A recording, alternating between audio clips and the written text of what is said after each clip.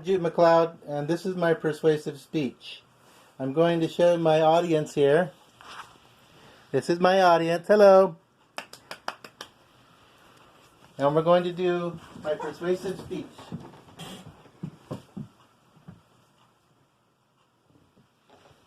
Are you happy with what PG&E is doing? Is your family happy with what PG&E is doing? My family isn't.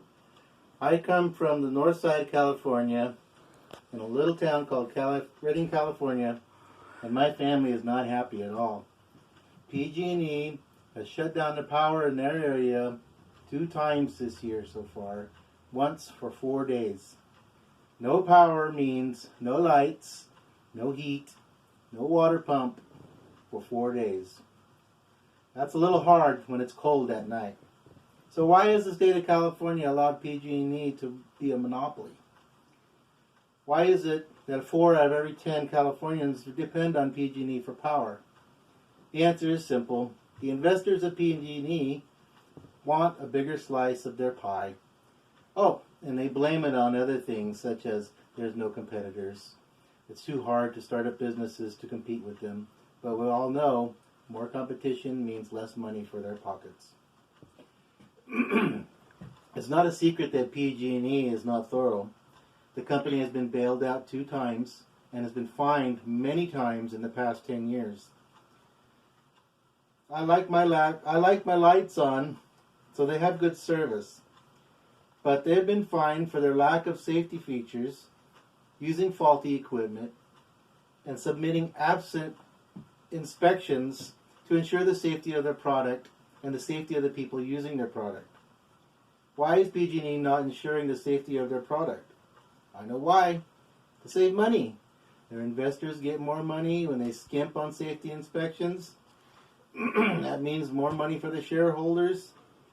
I quote, "They are the predictable outcome of an energy utility that favors generating returns for shareholders over delivering safe power to ratepayers." Bourgeois, 2019. PG&E has, quote, "failed to maintain an effective inspection and maintenance program to identify and correct hazardous conditions in its transmission lines." Kassler, 2019.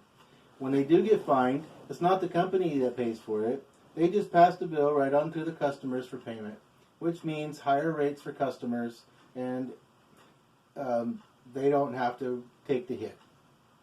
For one thing, I believe there should be an alternative method for getting power. I don't know if I can trust PG&E anymore. It's been said that, quote, "PG&E's pattern of safety failures and rule violations are reason enough to justify revocation of PG&E's monopoly certificate." Rittman, 2019. PG&E has been convicted of 6 federal felonies tied in with the 2010 San Bruno explosion, and they've been fined approximately $1.6 billion for the neglect of inspections and product replacement. For this reason alone, the company should be broken apart and found out why that this has happened. With these latest catastrophes happening the last couple of years, PG&E doesn't do its job well. It is clear. Now, quote, "the firm, with in January declared bankruptcy because of its $30 billion in liabilities from last year's wildfires, it seems like they're on the run. Their neglectful ways are catching up to them. I believe that they should be put down, dismembered, and restructured for optimal output. I believe every major city should be responsible for its own energy platform. This makes the most sense to me. Each of the major cities in California ought to be responsible for its own energy platform. The cost is high to start up a new business and the product and produce energy to customers. But with a little help from the government and state legislation, we could get this done. We could have each major city be responsible for its own energy supply. PG&E is not irreplaceable. I think it should be replaced. California Governor Gavin Newsom is looking into possibilities that will change the power problem for California. One idea is starting public ownership company to control the power.